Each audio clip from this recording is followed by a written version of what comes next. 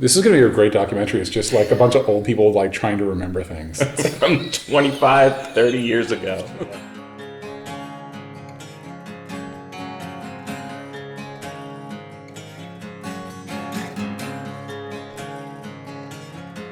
This is where it looks completely different. But Jared and I met at this school right here. Methuen Middle School. Methuen High School.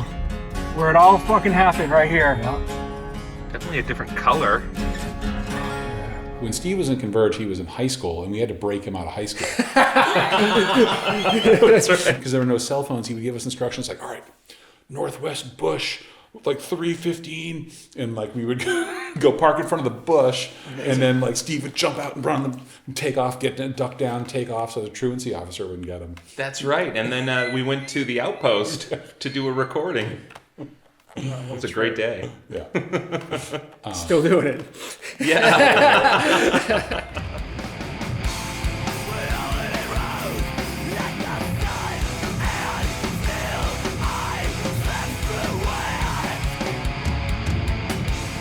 This is basically where I grew up and where Caven essentially started. Jammed in that basement there.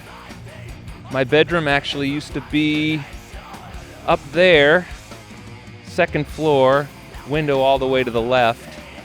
It was pink. I had a pink room.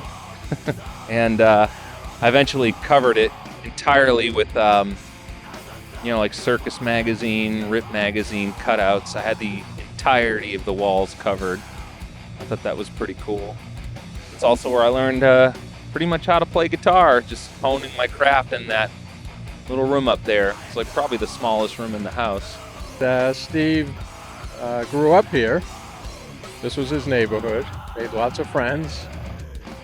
We lived here until 1998, actually.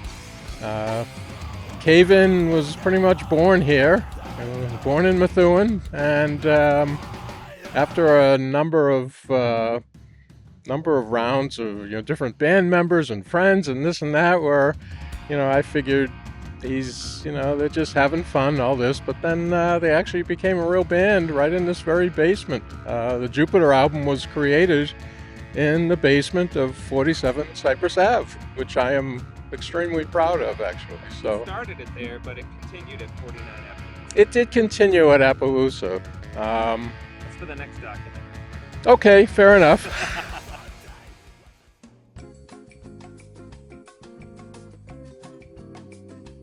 I remember coming home from a tour in 1997 after we toured with Ink and Dagger, and getting a letter in the mail with some photographs in it from our show in Atlanta. And it was a letter from a guy named Steve Brodsky, who had been down in Atlanta on vacation, and it's taken some photos, sent the photos along, and said, hey, me and my friend, we were down in Atlanta on vacation, we went to your show, it was really cool. I play in a band called Caven, and we're gonna start putting records out on a new label called Hydra Head. Should be really cool. If you guys are ever in the area again, let's hang out. And that was kind of the first time Caven was really on my radar. It was the first time Hydra Head was on my radar. This is the house that I grew up in. 12 Anderson Drive. I don't know who lives here anymore, but Caven used to practice in my garage right there at that race car. When we first recorded Ebola, the Ebola demo was definitely done there. That room on the top left is the room that I grew up in. It's kind of like this weird Methuen Graceland. None of the houses in the neighborhood like that. I didn't realize that at the time growing up here, but I don't really know anyone who lives here, so we're gonna get out of here quick. But that's practice in that garage. There's probably still Caven tags in there, but I can't get in the garage right now because I don't know these people. Number 2, that is the site of my first apartment when I moved out of Methuen. And flew the coop from the burbs. That's where I lived for the first half of the last half of 97 going into 98. So definitely wrote a lot of Until Your Heart Stops material in that apartment up there. My room was all the way in the back to the left, and yeah, I remember lugging my half stack up and down the stairs here, my Marshall JCM 800 and my Sonic 4x12 cab, and yeah, I would set up in my room, and we would record demos in Methuen at the various spots that we were rehearsing at. So I would take those 4-track tapes back, and then I would do overdubs in my bedroom. The Moral Eclipse demo has that real goofy sounding drum track.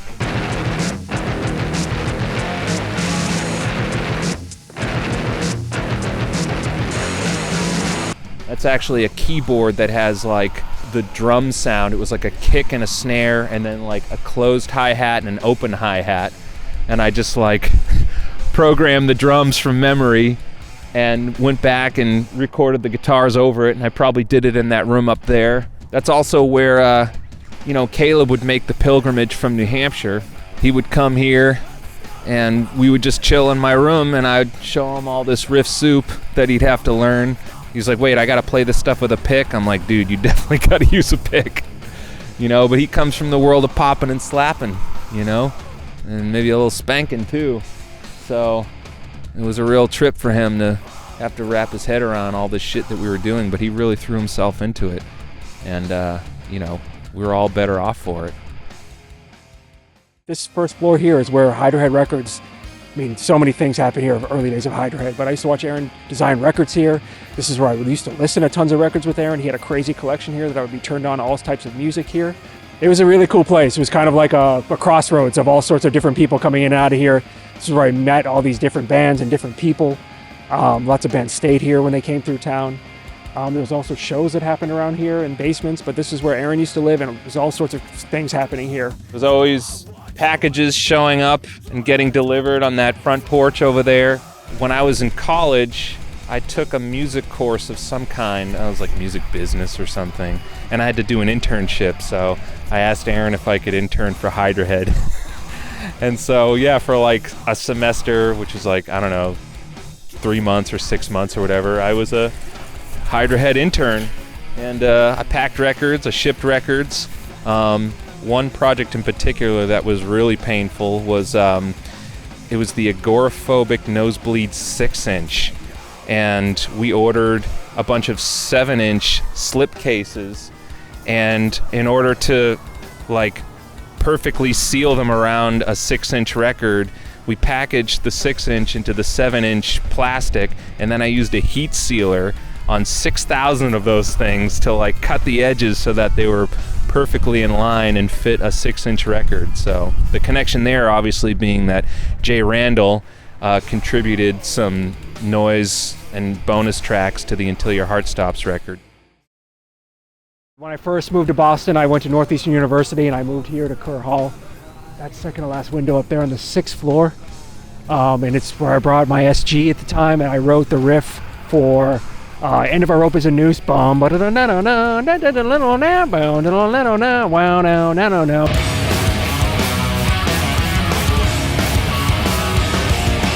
That was written in that dorm room right up there. You know, it was my first time living in the city. It was a completely different time in my life, you know, ripping the townie out of Methuen and bringing them to the Fenway. This is where I used to take the train from to all those places we showed before, like Kurt's studio, Steve's place. But this is where I lived for 1 year, I believe 1997 to 1998, Kerr Hall. I only went to Northeastern for 1 year, but this is the only dorm I ever lived in, which was a pretty interesting time in my life. But this is where I wrote the riff to one of the riffs from End of Our Rope is a Noose. So we're here at the legendary ex-Allston Food Co-op. It's now like a tow truck company. This door is where we used to go to see shows. I saw His Hero Is Gone here. I saw the VSS here. I saw Hatchet Face here. Actually, the inside of the Hatchet Face LP is the inside this room. Completely different now, but also this is Caven's first Boston show we played with Dave Scrod, was behind this door. Legendary spot.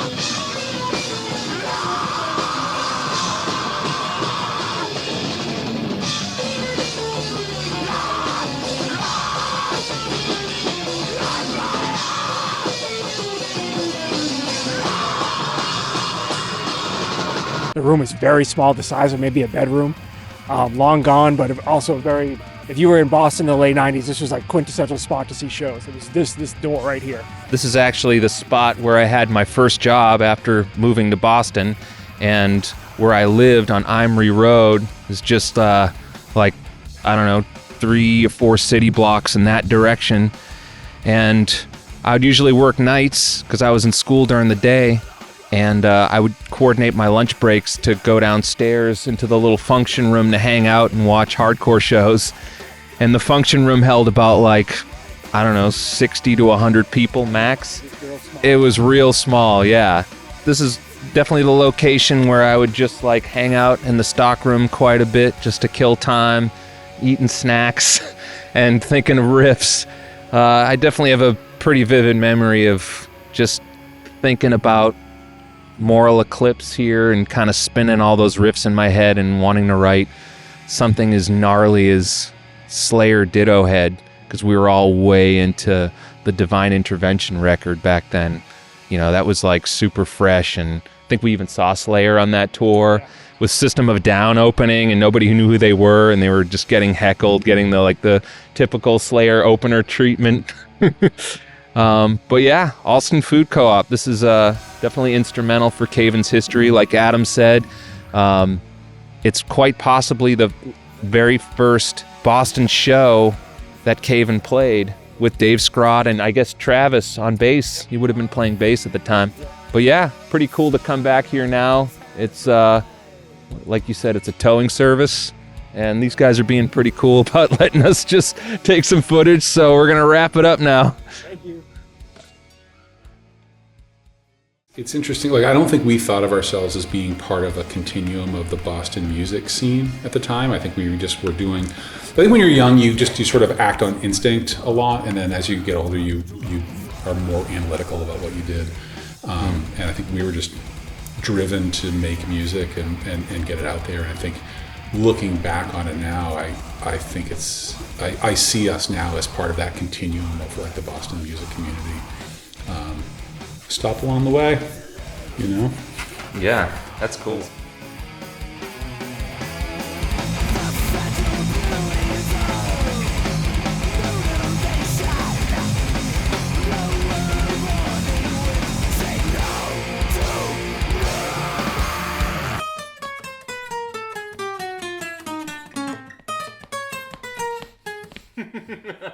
One, two, three, four.